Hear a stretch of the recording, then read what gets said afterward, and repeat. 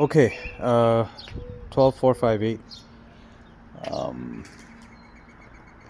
If you're coming here, you're probably interested in how the oil change is going. The only reason I'm doing this video is because I've never seen anyone reverse up onto ramps like such. So figured I'd do that, try to keep it as leveled as possible to drain the oil on a level surface. I could have done a lift, but I didn't feel like bringing the slingshot down. I got front axle lift, so was able to raise that up a little bit so we don't scrape at the bottom. But nevertheless, yeah, so here's the oil change specs. Basically, reverse up on the ramps. You can do that safely. It could be done, no issues. Part number for the OEM oil filter is right there. You can pause it, write it down. So starting with the oil filter, it's right there. It's a 32 millimeter. You're gonna need a socket for that. I had it. I already changed it out. First step is basically to remove the diffuser. That I got it over there. I'm gonna clean that guy up before I reinstall and ceramic coat that. But nevertheless, once you get in here, then you got that black pan that literally covers half the undercarriage of the car. So you have about 12 or 13 10 millimeter bolts. That's all you need. A Phillips on side, and then one T27 as well, Torx. So I got that. As far as oil change is concerned, you got two screws back there, two bolts. Those are T55s. I'm gonna grab that. This is what I use for it, but you're at your discretion to get what you like. T55, yeah. So I got this. It looks pretty durable, but once you get inside on the ramps, depending on what kind of size ramps you have, you got that guy right there.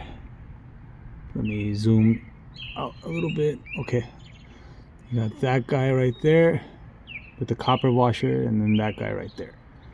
So you need those two. That's going to use the T55. This guy over here is the main pump. That's going to be a 22. So I used a 1/2 inch. I torqued them already to spec. There's a lot of opinions out there. Dealer told me 60 foot-pounds. I didn't feel comfortable doing that. NG Supercars, ran into his video. I spoke with him every now and then in the past also, but he recommended 45 foot-pounds. That seems like a comfortable place to be on the torque specs, so I'm comfortable with that. I don't think they're going anywhere. Putting the undercarriage on, that's gonna be a pain in the ass again, only because I'm so low to the ground and I have to hold everything while I manage putting those screws back in. Nevertheless, pretty easy job. Save yourself the money. You can do it yourself. Again, T55 for those two. You're not gonna get a lot of oil out of those. This guy pours like a bitch. So I mean, make sure you have something safe. I already had an accident, so I gotta address that as soon as I'm done with this. Kind of annoyed about that. But yeah, that's about it. System takes about 10 quarts. But don't go in with 10 quarts right away. Start with 9. Run the motor for about a minute, minute and a half, 2 minutes, whatever you're comfortable with, and then start checking the oil while the motor is running. That's about it. And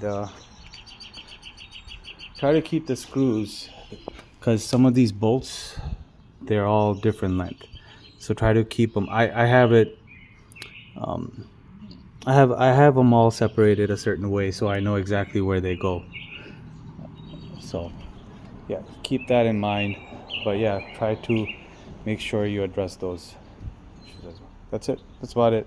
The only reason, like I said, I made this video because I haven't seen anyone reverse up on ramps, and I was looking for something like that when I was planning for my oil change on this, and so here you are. It could be done. All right, that's my 458.